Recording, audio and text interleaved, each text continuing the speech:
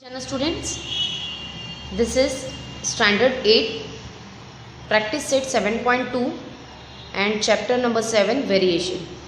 Okay, this practice set is based on inverse variation, or we can say that inverse proportion. So let's see the first problem. The information about the numbers of workers and numbers of days to complete a work is given in the following table. एक काम दिया गया है और उस काम को करने के लिए नंबर ऑफ वर्कर्स कितने हैं वो दिया है, एंड उस काम को उस वर्कर के अनुसार कितने दिनों में ख़त्म किया जाएगा वो डेज बताए गए हैं. ठीक है, सो 30 वर्कर्स है तो 6 डेज में काम ख़त्म होगा, और वही नंबर ऑफ वर्कर्स 20 है, मतलब नंबर ऑफ वर्कर्स यहाँ क्या हो गए हैं, कम हो गए हैं.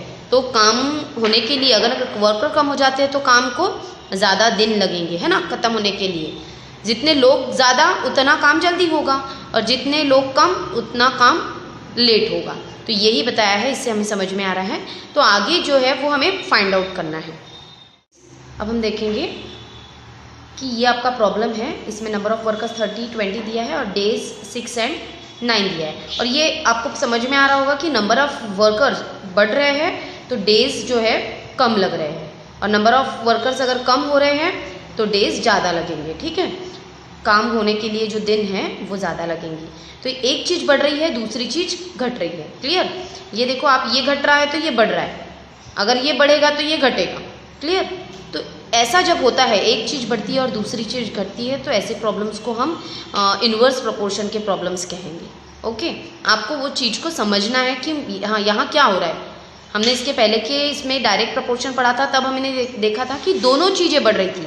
एक चीज़ बढ़ रही थी तो दूसरी भी चीज़ बढ़ रही थी, तो वो डायरेक्ट प्रोपोर्शन था. ठीक है, यहाँ पर एक बढ़ रहा है तो दूसरा घट रहा है. इसे कैसे सॉल्व करेंगे? सबसे पहले आपको इन्वर्स प्रोपोर्शन के लिए कांस्टेंट के की वैल्यू निकालनी पड़ेगी. सबसे पहले इसे हम ले लेते हैं x, इसे y लेते हैं. Okay, x is inversely proportional to y. Okay, x is equal to k upon y. k की वैल्यू हमें सबसे पहले फाइंड आउट करनी है. कांस्टेंट कितना है वो देखना है. तो x की जगह पर 30, then write down here k, put value of y as 6, then ये डिवाइड में है, it will goes here and we will do product of 30 and 6. Find the value of k. 180 is equal to k की value आ गई. अब आप चाहे ये दो वैल्यूज़ लेकर k की वैल्यू निकालिए, या फिर आप ये दोनों वैल्यूज़ लेकर भी निकाल सकते हैं. वैल्यूज़ तो सेम ही आने वाले हैं. क्लियर? अब हमें ये निकालना है. ओके, इसे मैं x ले लेती हूँ. ठीक है, तो for first x is inversely proportional to y. x की वैल्यू नहीं मालूम, एज इट इज़ पहले इक्वेशन में लिख लेते हैं ऐसे. This is equation form. x की वैल्यू नहीं मालूम, y k की जगह मुझे 180 लिखना होगा.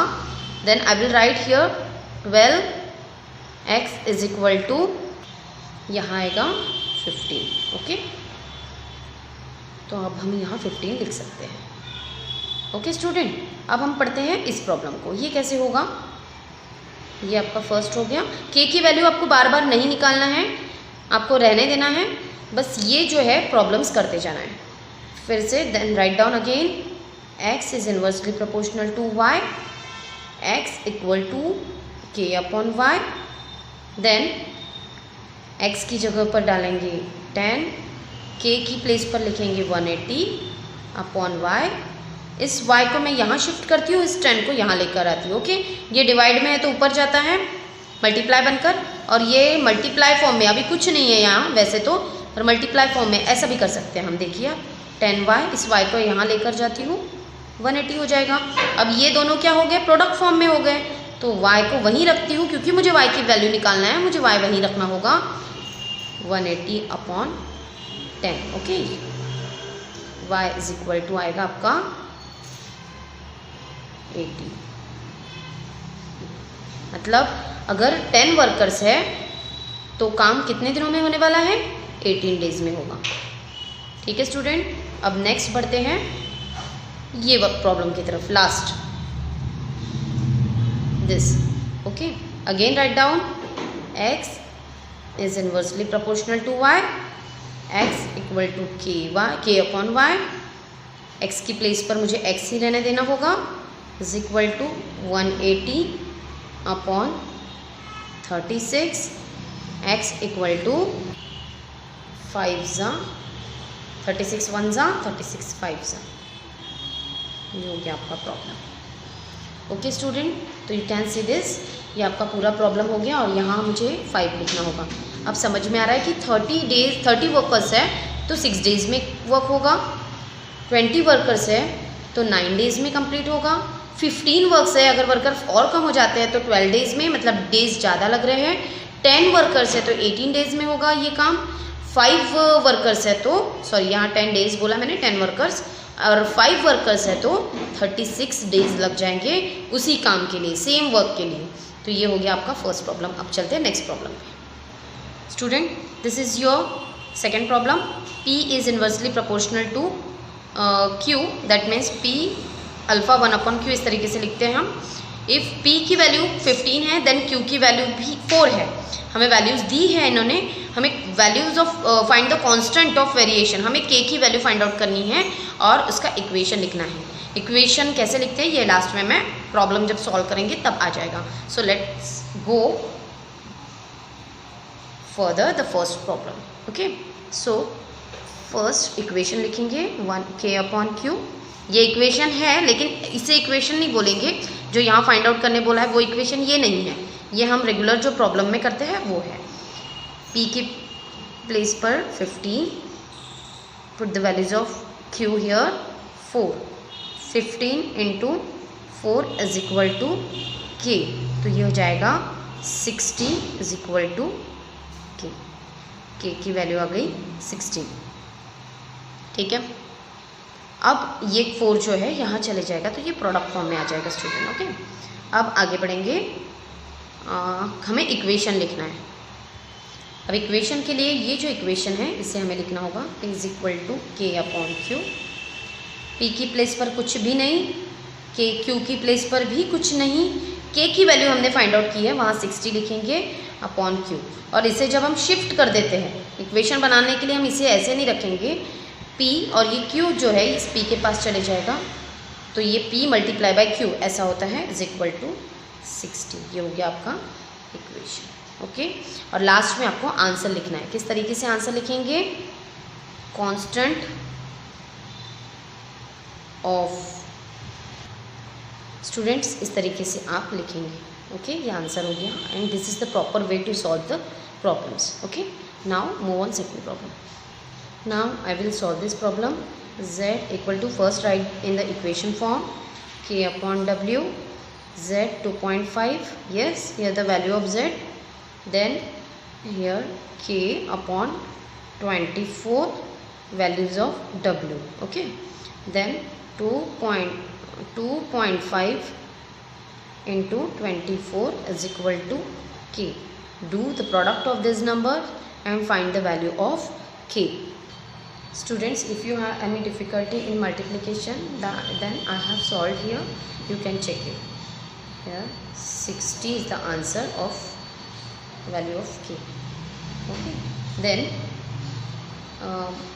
इक्वेशन है ना, तो फिर से ये जो इक्वेशन है हम इसे लिखेंगे, ये इक्वेशन है Z equal to K upon W।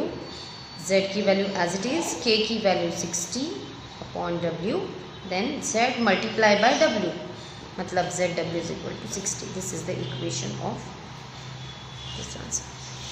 Students, this is answer, last final answer of this problem. Okay, now move on next problem. So students, this is your next problem. So write down, put the values in this equation. S is equal to 4, K as it is, T square, that means here I will write 5 square, 4 is equal to K upon 25, 5 का square 25 होता है, then shift it here, divide है तो यहाँ चले जाएगा, ये होगा multiply is equal to K, this is 100 is equal to K। Constant निकल गया।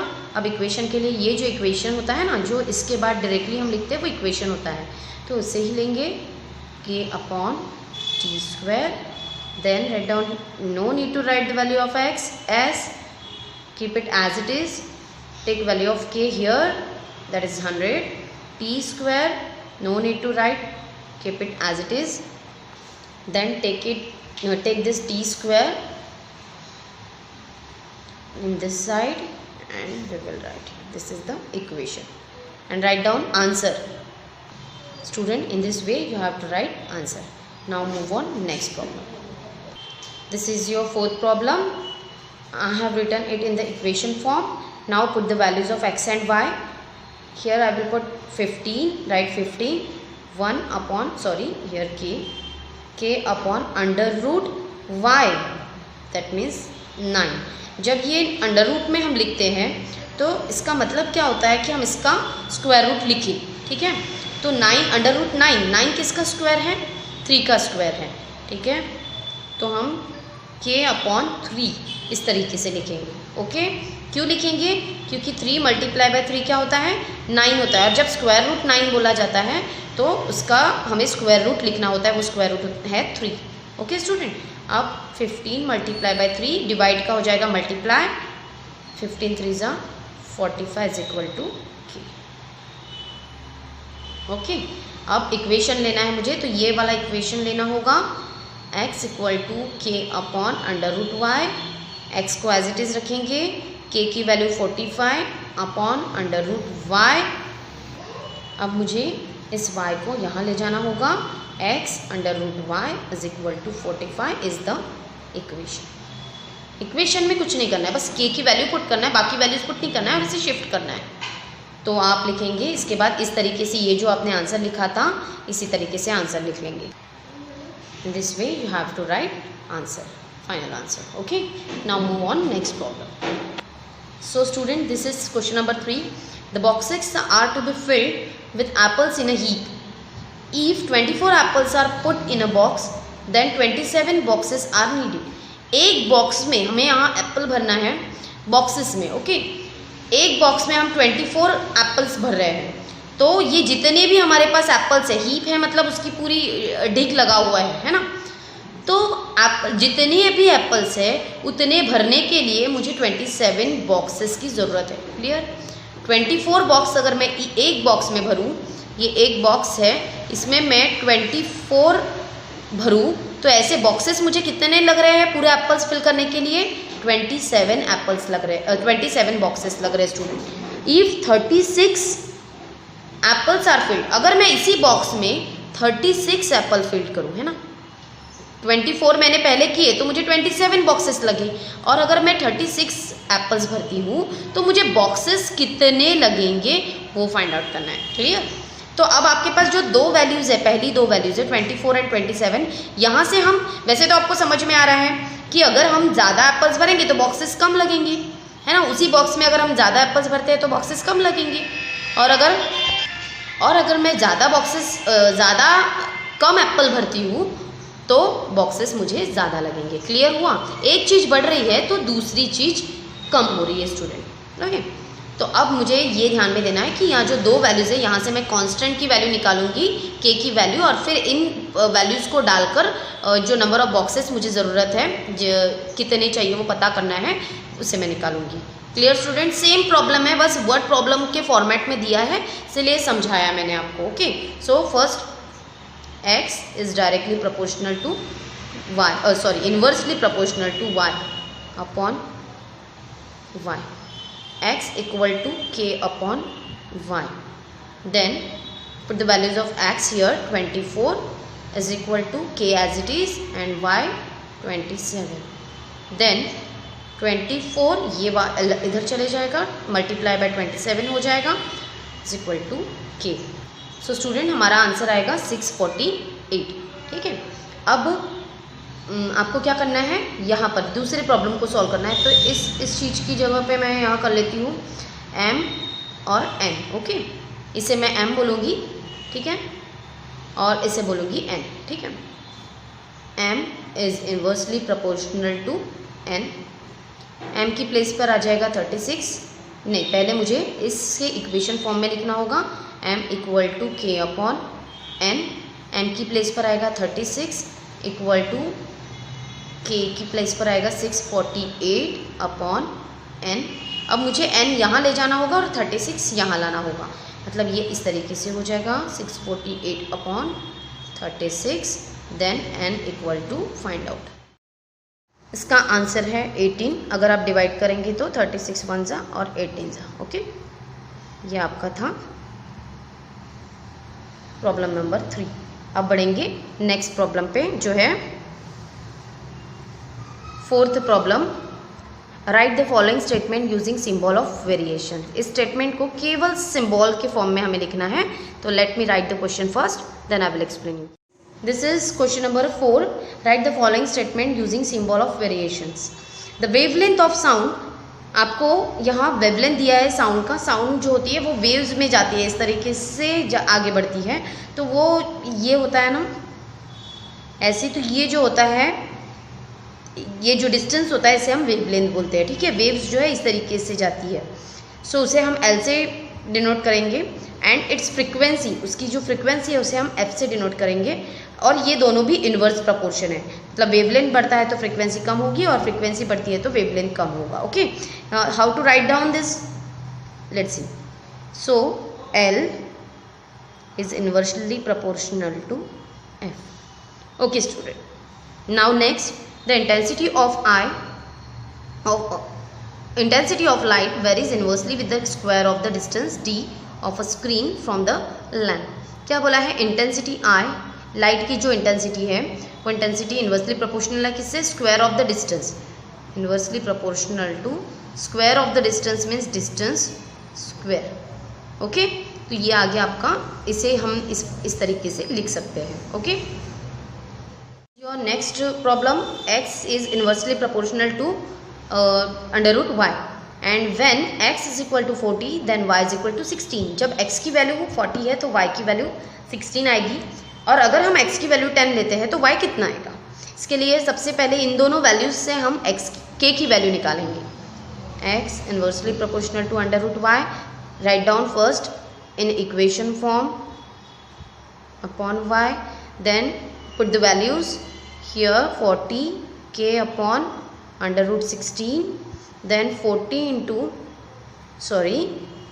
इसके लिए हमें यहाँ k अपॉन ये 16 √16 का हम 4 लेंगे, क्योंकि 4 इंटू 4 16 होता है, तो इसके लिए हमें 16 का जो स्क्वायर रूट है वो लेना पड़ेगा। 16 किसका स्क्वायर है, 4 का स्क्वायर है, और जब अंडर रूट से बाहर निकालते हैं तो इसका स्क्वायर रूट हमें लेना पड़ेगा, वो है 4। अब हम 40 into 4 is equal to k करेंगे, ये आएगा 160 इज इक्वल टू k की वैल्यू आ गई 160, कॉन्स्टेंट इज इक्वल टू 160। अब हमें आगे बढ़ना है, then take x is equal to 10 and find y. So x equal to k upon √y, x की जगह पर 10, k की प्लेस पर 160 अपॉन √y। देन इस y को √y को मैं यहाँ ले जाती हूँ, इसे यहाँ करती हूँ, तो ये y यहाँ चले जाएगा, तो इस तरीके से ये ओके क्रॉस में हो गया। √y is equal to 16। ठीक है स्टूडेंट, सो स्टूडेंट यहाँ y है √y, तो इसका अंडर रूट निकालना है। अगर मैं इसे सिंपल y लिखती हूँ तो मुझे 16 का स्क्वायर लेना होगा। 16 का स्क्वायर होता है 256। मैं इसके लिए थोड़ा अब बीच में कर देती हूँ, यहाँ करती हूँ प्रॉब्लम को, आप नहीं करेंगे, आप इसके पीछे में टर्न करके करेंगे। y इज इक्वल टू 256, ये हो गया आपका y का आंसर, y का value. Okay, so this is your 5th problem. Now move on next problem. Student, this is your next problem. X varies inversely as y. When x is equal to 15, then y is equal to 10. If x is equal to 20, then y is equal to what? I will give you hint to how to solve this problem. So you have to find out the value of k first. That means constant, and then after finding the value of k, take x is equal to 20, k is equal to obtained value, and then find out y. Same problem है जैसे हमने पहले की है। ठीक है, तो ये एक प्रॉब्लम मैं आपको नहीं एक्सप्लेन करूँगी ताकि आपको भी ये लगे कि आप भी खुद के मन से कुछ तो कर सकते हैं। ओके, बाकी प्रॉब्लम्स तो मैंने पूरे आपको एक्सप्लेन किए हैं। आपको समझ में आया है स्टूडेंट, तो आप मेरा चैनल लाइक कर देंगे, सब्सक्राइब कर देंगे और आप अपने फ्रेंड्स के साथ शेयर भी करेंगे। Thank you, good luck.